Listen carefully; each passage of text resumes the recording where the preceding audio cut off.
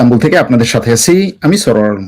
মার্কিন president Donald Trump তার ছেলের বিবাহ অনুষ্ঠান বাদ দিয়ে তিনি তার অফিসিয়াল ভবনে ফিরে এসেছেন, অর্থাৎ হোয়াইট হাউসে ফিরে এসেছেন গত রাতে। হঠাৎ করেই তিনি এই সিদ্ধান্ত নেন, যে সিদ্ধান্ত নেয়ার সময় তিনি ঘোষণা দেন যে আমার রাষ্ট্র এবং আমি যে দায়িত্বে আছি, অর্থাৎ আমেরিকা এবং আমেরিকার প্রেসিডেন্ট হিসেবে তিনি যে দায়িত্বে আছেন, সেই দায়িত্বের কারণেই তার ছেলের বিবাহ অনুষ্ঠান ত্যাগ করে তাকে হোয়াইট হাউসে ফিরে আসতে হয়েছে।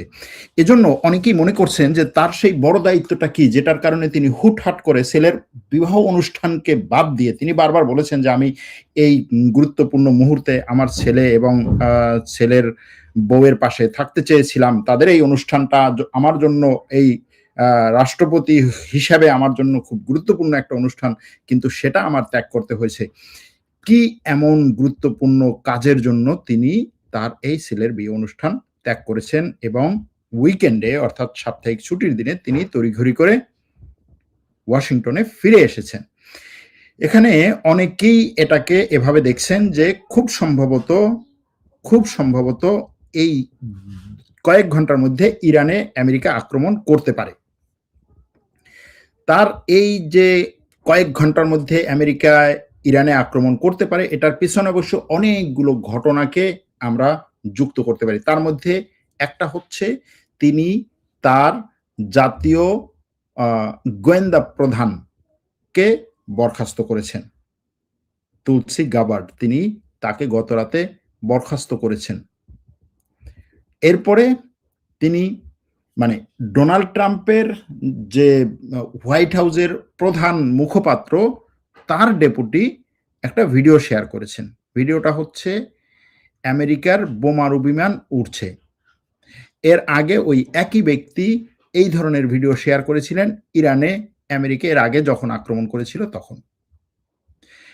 এরপরে আরেকটা ঘটনা এটার সাথে অ্যাড করা যায়, সেটা হচ্ছে ইরানের পক্ষ থেকে স্পষ্টভাবে বলা হচ্ছে যে আমরা চুক্তির কাছাকাছি আসি নাই, চুক্তির কাছাকাছি আসার মতো কোনো পরিস্থিতিতে আমরা নাই। কারণ হচ্ছে আমেরিকা এবং আমাদের মধ্যে অনেকগুলো বিষয়ে গভীর দূরত্ব আছে এবং এই গভীর দূরত্ব খুব সহজে সমাধান হওয়ার না। কারণ আমেরিকা তোড়জোড় করছে, আমেরিকা বেশি চাপ দিচ্ছে আমাদের এই পরমাণু প্রকল্প বন্ধ করা এবং আমাদের সাথে থাকা ইউরেনিয়াম সমৃদ্ধ করা ইউরেনিয়ামকে পুরোপুরি দেশের বাইরে পাঠানো, যেটা আমাদের সর্বোচ্চ ধর্মীয় নেতার আদেশ অনুযায়ী কোনোভাবেই আমরা এটাকে দেশের বাইরে পাঠাতে পারবো না। সুতরাং এই যে অনেকগুলো বিরোধ, এর বাইরেও আরো অনেকগুলো বিষয় নিয়ে তাদের মধ্যে এখনো পর্যন্ত কোনো সমঝোতার কাছাকাছি আসে নাই তারা।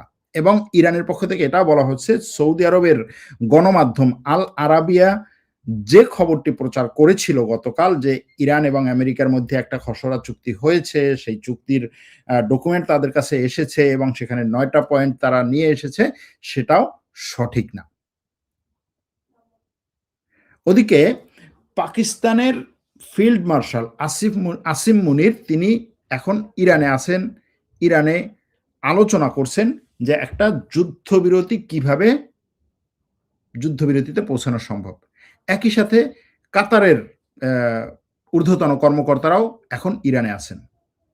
ওমান থেকেও কিছু কর্মকর্তা ইরানে গেছেন। অর্থাৎ আমেরিকা মূলত ইরানকে তার শর্তগুলো মানার জন্য বিভিন্ন দেশ দিয়ে চাপ দিচ্ছে এবং যেটা মনে হচ্ছে যে আমেরিকা এই দেশগুলোকে মোটামুটি জানিয়ে দিয়েছে যে আমি আক্রমণটা করব এবং এটার ব্যাপারে আমি মোটামুটি ফাইনাল। দেখো, তোমাদের সবার কোরবানির ঈদকে আমি একেবারে নস্যাৎ করে দেব, তোমরা মুসলিম দেশ, সুতরাং এই কোরবানির ঈদ তোমরা যদি নস্যাৎ না করতে চাও তাহলে ইরানকে তোমরা চাপ দাও, ইরান যেন এই আমার শর্তগুলো মেনে নেয়। আর ইরান বলছে এই ধরনের কাজে আমি কোনো ধরনের এই ধরনের চাপে আমি মাথা নত করব না। অবশ্য এটা শুধু ট্রাম্পের না, ইসরায়েলের প্রধানমন্ত্রী নেতানিয়াহুরও বা ইসরায়েলেরও খাসলত হচ্ছে এটা কি, সেটা যে মুসলমানদের সুখের দিনগুলোতে তারা ঘরে আগুন দেবে। এটা ইসরায়েল গাজা ভূখণ্ডে গত অন্তত প্রায় 20 বছর ধরে করে আসছে।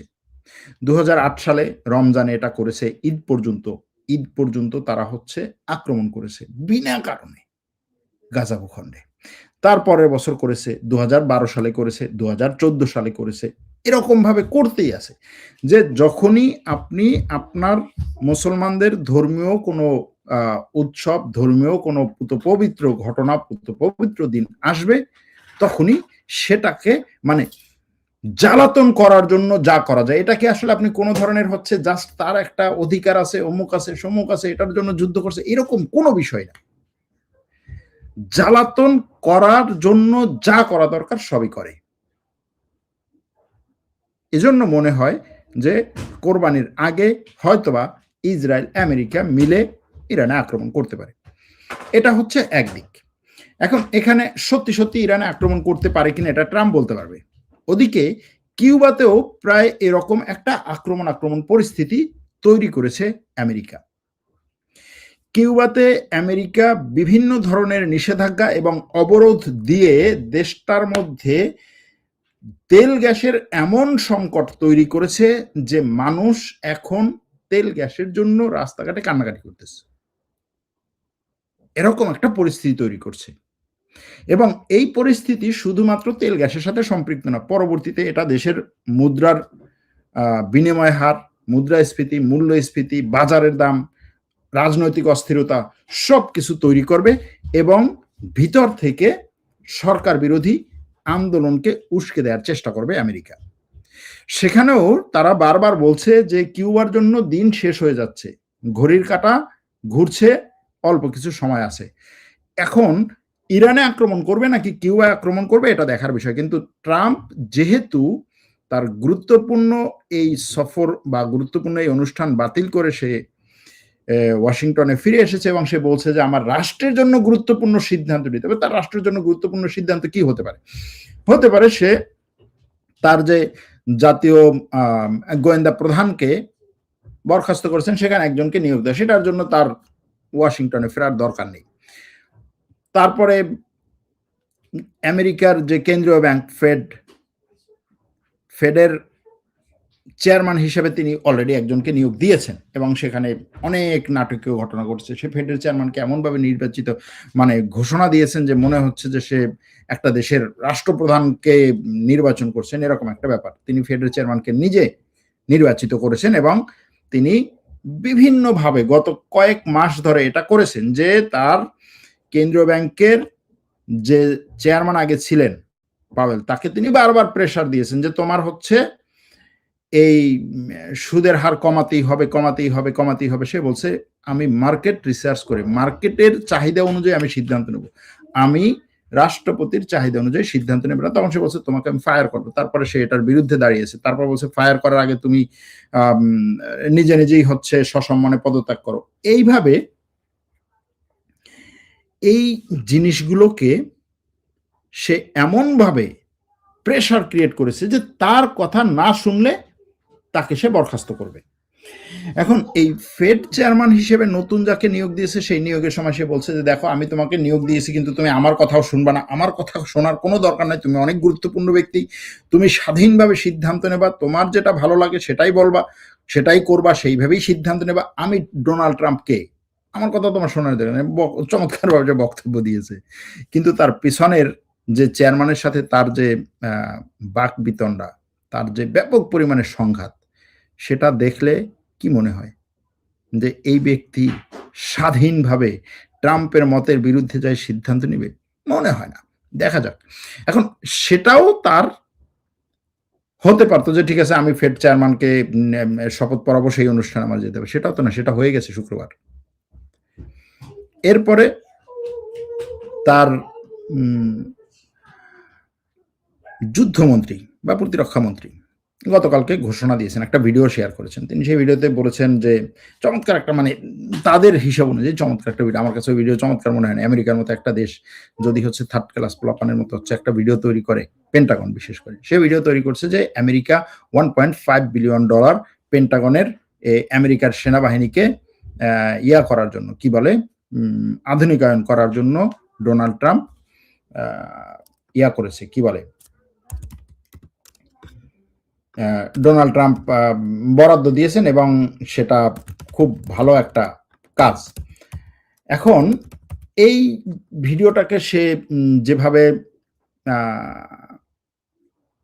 $1.5 ট্রিলিয়ন, $1.5 ট্রিলিয়ন এটা হচ্ছে রেকর্ড পেন্টাগনের আধুনিকায়নের জন্য, অর্থাৎ আমেরিকার সামরিক বাহিনীর আধুনিকায়নের জন্য। বিভিন্ন দেশ কিন্তু এটা শুনছেন এর আগে যে ওই দেশ সামরিক বাহিনীকে আধুনিক করার জন্য ব্যাপক পরিমাণে টাকা বিনিয়োগ করেছে ওই দেশ সামরিক বাহিনীকে, কিন্তু আমেরিকা এর আগে এই ধরনের কিছু বলতো না যে আমার সামরিক বাহিনীকে আধুনিকায়ন করতে হবে।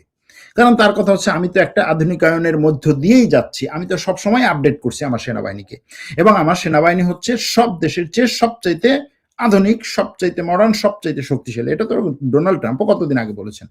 কিন্তু এই $1.5 ট্রিলিয়ন যে বাজেট ঘোষণা করেছেন 2027, 2026, 2027 অর্থ বছরের জন্য, সেই বাজেটটাকে তিনি যেভাবে মানে তার এই যে মন্ত্রী, যুদ্ধমন্ত্রী, তিনি যেভাবে ঘোষণায় নিয়ে আসছেন, মানে কার্টুনের মতো করে যে আমরা হচ্ছে যুদ্ধ বিমান বানাবো, যেই যুদ্ধ বিমান হচ্ছে ইরানকে শেষ করে দিবে। হ্যাঁ, আমরা হচ্ছে যুদ্ধ জাহাজ বানাবো, যেই যুদ্ধ জাহাজ ইরানকে শেষ করে দিবে। আমরা হচ্ছে এয়ার ডিফেন্স সিস্টেম বানাবো, যেই এয়ার ডিফেন্স সিস্টেম ইরানের আক্রমণ থেকে আমাদের দেশকে রক্ষা করবে। আমরা হচ্ছে এমন সব অস্ত্র বানাবো যেই অস্ত্র ইরানকে দাঁড়াতেই দিবে না।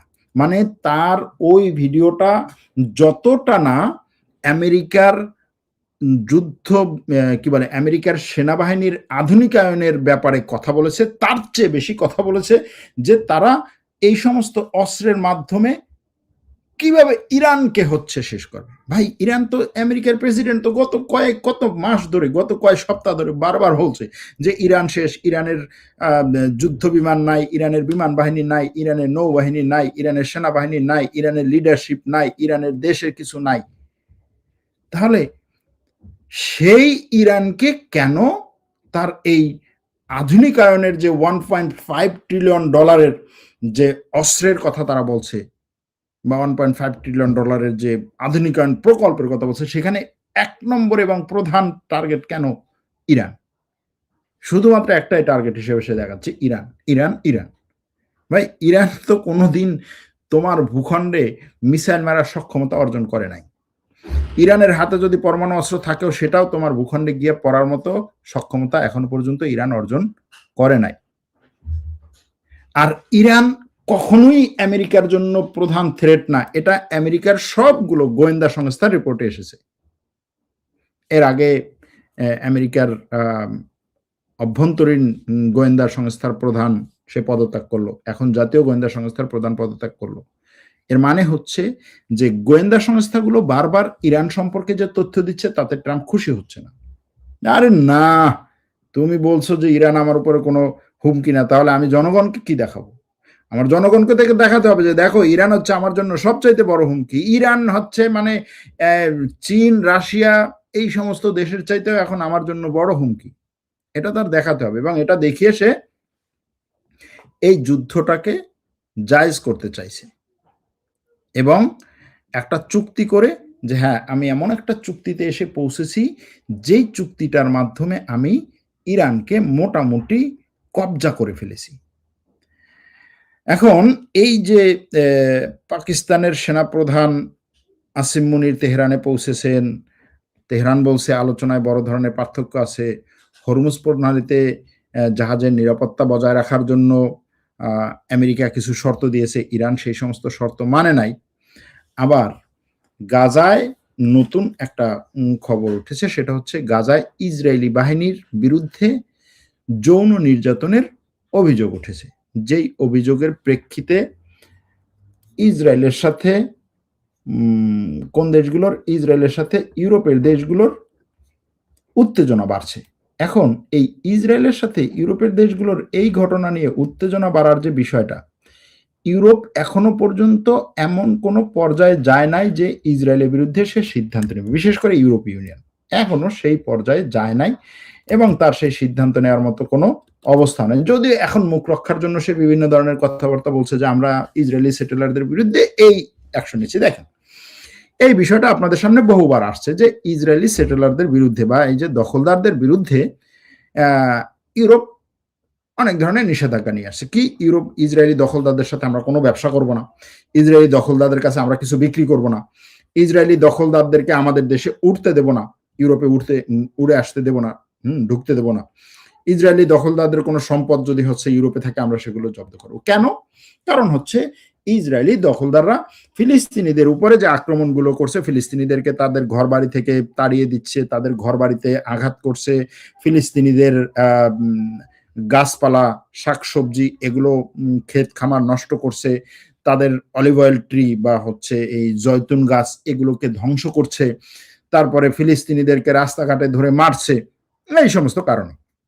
ভালো কথা, এইগুলো যদি দোষ হয় এবং সেই দোষের কারণে যদি ইসরায়েলি দখলদাররা শাস্তি পেতে পারে ইউরোপের কাছে, তাহলে বিনা কারণে বোমা মেরে পুরো ঘর বাড়ি মানুষজন শিশু বাচ্চা সব সহ একেবারে মাটির নিচে ধ্বংসস্তূপের নিচে ফেলে যে মারা ইসরায়েল, রাস্তাঘাটে শুধুমাত্র সাধারণ মানুষ না, স্বাস্থ্যকর্মীদেরকে অ্যাম্বুলেন্সে করে তারা গিয়েছে, কোনো একটা জায়গায় আক্রমণ হয়েছে, সেখান থেকে ওই আক্রান্ত ব্যক্তিকে নিয়ে অ্যাম্বুলেন্সে উঠাচ্ছে, সেই সময় ইসরায়েল আবার সেই অ্যাম্বুলেন্সে সেই আক্রান্ত ব্যক্তি সহ এই প্যারামেডিকদের উপরে যে আক্রমণ করেছে, যেটার ভিডিও ফুটেজ সারা বিশ্বের কাছে আছে। সাংবাদিক যে শুধুমাত্র তার কাজ হচ্ছে ক্যামেরার সামনে খবর পড়া, সেই সাংবাদিককে ধরে ধরে টার্গেট করে করে যে হত্যা করেছে ইসরায়েল। রাস্তা দিয়ে জাস্ট হচ্ছে মানুষ যাচ্ছে, যাওয়ার অনুমতি দিয়েছে, সেখানে শরণার্থীরা উত্তর গাজা থেকে দক্ষিণ গাজা দিকে যাওয়ার সময় যে পরিমাণ শরণার্থীকে মেরেছে ইসরায়েল, তার বিরুদ্ধে তাহলে কি ধরনের সিদ্ধান্ত নেওয়া দরকার? এমনকি সেই ইসরায়েলের মন্ত্রীদের বিরুদ্ধে আন্তর্জাতিক আদালত সিদ্ধান্ত নিয়েছে যে তাদের উপরে গ্রেফতারি পরোয়ানা জারি করা হোক। এইটুকুর কারণে পর্যন্ত পুরো ইউরোপের বিভিন্ন দেশ বলছে না না না না, এটা তো করা যাবে না, এটা কোনোভাবেই মেনে নেওয়া যাবে না। আন্তর্জাতিক আদালতের সিদ্ধান্ত নিছে, সে হচ্ছে মুসলমানদের দ্বারা প্রভাবিত, সে স্বাধীন আদালত না। আপনার বিরুদ্ধে যখন যাবে তখন স্বাধীন আদালত না, আপনার পক্ষে যখন যাবে তখন সে স্বাধীন আদালত হয়ে যায়। আর সেটেলার এই দখলদারদের বিরুদ্ধে এরকম মানে মুখ রক্ষার কিছু সিদ্ধান্ত নিচ্ছে। কারণ কি জানেন? কারণ হচ্ছে তারা মুসলমানদেরকে ভালোবাসার জন্য। কারণ হচ্ছে তাদের দেশে এখন যে পরিমাণ এই যুদ্ধটা নিয়ে জনমত গড়ে উঠেছে, সেই জনমতকে প্রশমিত করতে, সেই জনমতের সাপোর্ট নিতে তার কিছু না কিছু করে দেখানো দরকার। সে সেটা করে দেখাচ্ছে।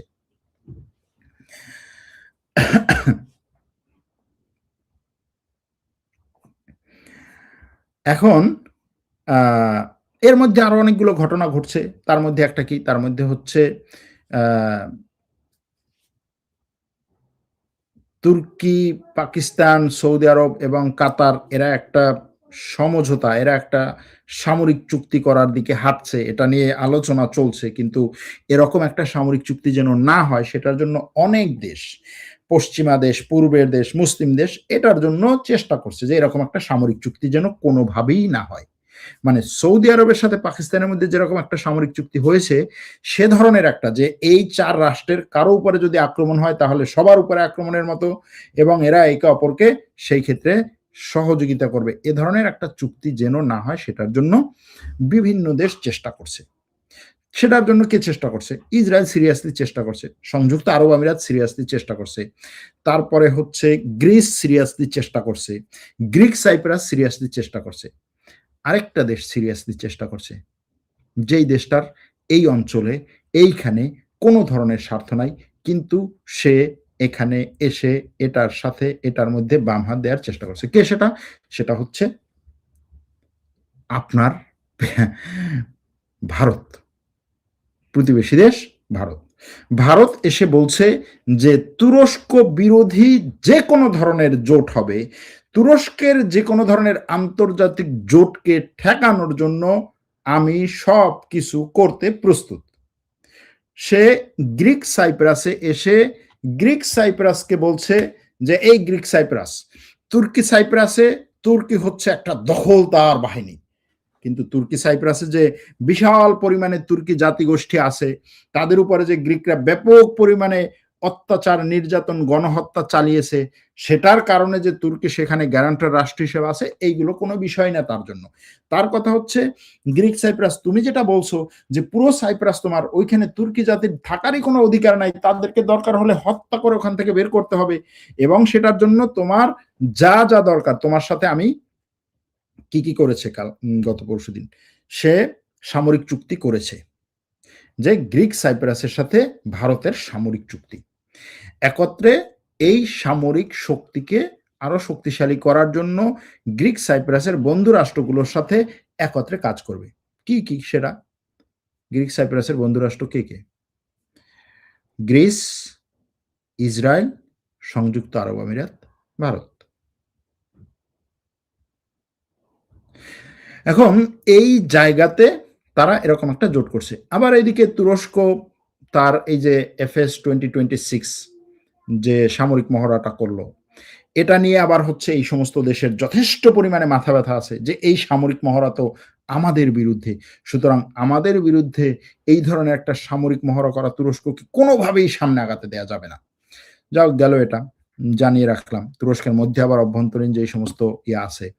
তবে এই যে গ্রিক সাইপ্রাস, গ্রিস, ইসরায়েল, সংযুক্ত আরব আমিরাত, ভারত, এর সাথে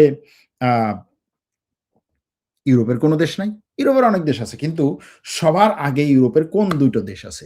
একটা হচ্ছে ব্রিটেন, আরেকটা হচ্ছে ফ্রান্স। ব্রিটেন এবং ফ্রান্স সিরিয়াসলি এই জায়গাতে তারা তুর্কি বিরোধী অবস্থানে আছে, এবং এই অবস্থান তারা আরো শক্তিশালী করবে। এখন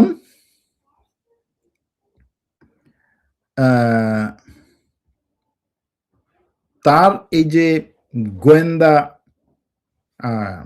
কি বলে, আমেরিকার রাষ্ট্রপতি ডোনাল্ড ট্রাম্পের গোয়েন্দা প্রধান, জাতীয় গোয়েন্দা ডাইরেক্টর তুলসী গাব্বার্ড, সে পদত্যাগ করেছে। পদত্যাগের যে কি বলে বিবৃতি দিয়েছে, তিনি তার বিবৃতিতে বলছেন যে আমার স্বামী অসুস্থ, তার পাশে আমার থাকা দরকার, এই জন্য আমি পদত্যাগ করলাম। কিন্তু ট্রাম্প কি বলছে?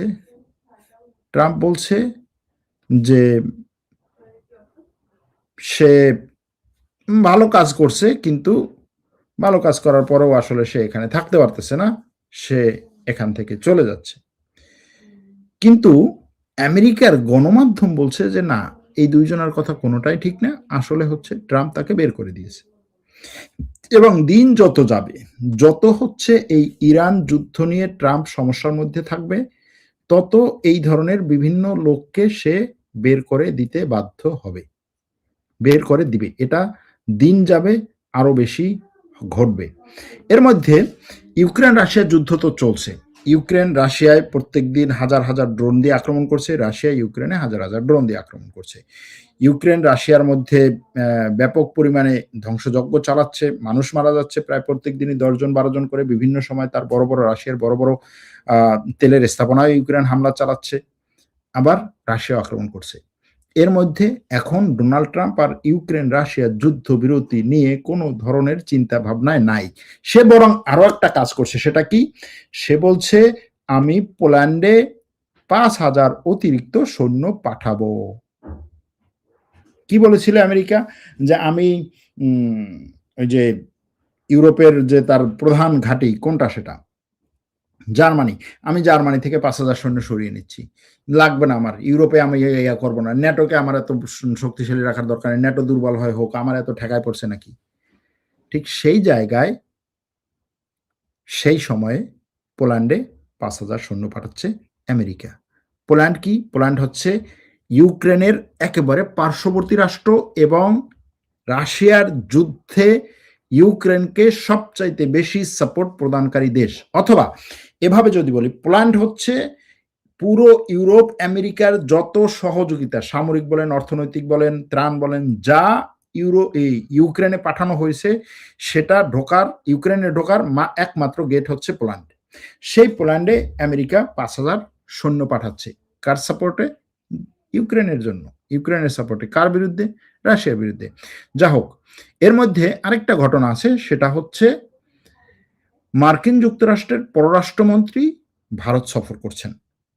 তার এই ভারত সফরটা এমন একটা সময় হচ্ছে যখন ভারত এই গ্রিসের সাথে চুক্তি শুধু করে নাই, বরং ভারতের প্রধানমন্ত্রী একটা ইউরোপ ট্যুর করে এসেছেন। ভারতের প্রধানমন্ত্রী ইউরোপ ট্যুর করে ইউরোপের বিভিন্ন দেশের সাথে অনেকগুলো সমঝোতা চুক্তি স্বাক্ষর করেছেন। তার মধ্যে আছে প্রধান হচ্ছে বাণিজ্যিক চুক্তি। বাণিজ্যিক চুক্তি এবং ভারত থেকে কর্মী নেয়ার চুক্তি। যেমন গ্রিক সাইপ্রাসের সাথেও কিন্তু এই কর্মী নেয়ার চুক্তিটা হয়েছে যে ভারত থেকে গ্রিক সাইপ্রাস কর্মী নেবে। গ্রিক সাইপ্রাসের প্রচুর পরিমাণে কর্মী দরকার, ভারত থেকে নেবে। এটা কিন্তু ভারতের খুব ভালো একটা ডিপ্লোম্যাসি, তারা এটা করে। বিভিন্ন দেশে তাদের যাওয়ার পরেই তাদের কথা হচ্ছে, ভাই তুমি আমার দেশে লোক নাও। যেমন ধরেন এই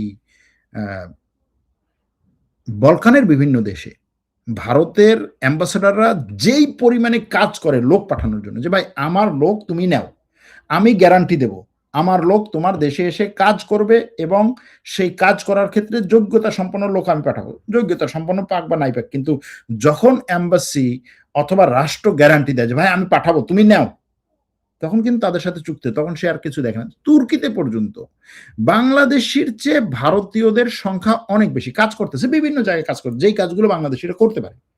কিন্তু এখানে আপনি বাংলাদেশি একজনকে হচ্ছে অ্যাপ্লাই করাবেন বা ই করবেন, দিবে না সে। কারণ হচ্ছে আপনার রাষ্ট্র এটা নিয়ে কথা বলে না তাদের সাথে।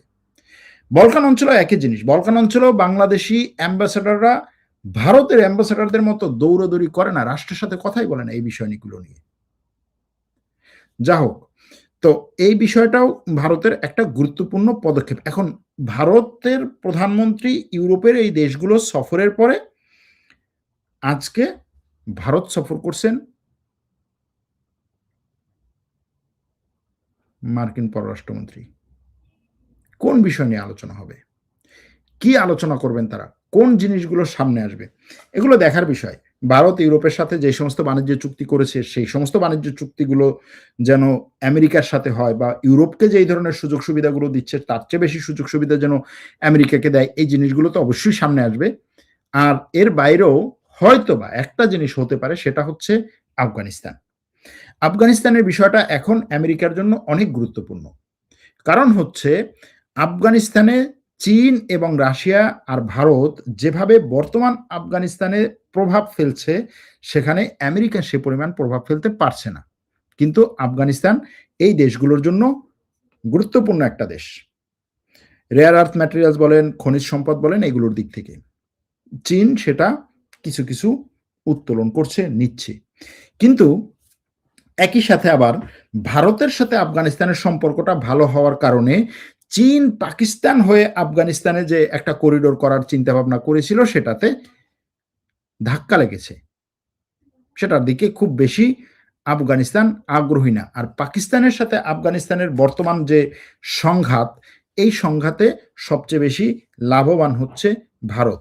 সুতরাং এই আফগানিস্তানে ভারতের যে অবাধ বিচরণ, যেমন গত পরশুদিন ভারত ঘোষণা দিয়েছে যে আফগানিস্তানে তারা ২০ টনের মতো প্রয়োজনীয় ঔষধ পাঠিয়েছে। এটা আফগানিস্তানের জন্য গুরুত্বপূর্ণ, কিন্তু আপনি দেখবেন না কোনো মুসলিম দেশ থেকে এটা হয়েছে। সুতরাং এই আফগানিস্তানের সাথে এই দেশগুলোর যে ব্যাপক পরিমাণে সম্পর্ক, এটা থেকেও ফায়দা নিতে চাইবে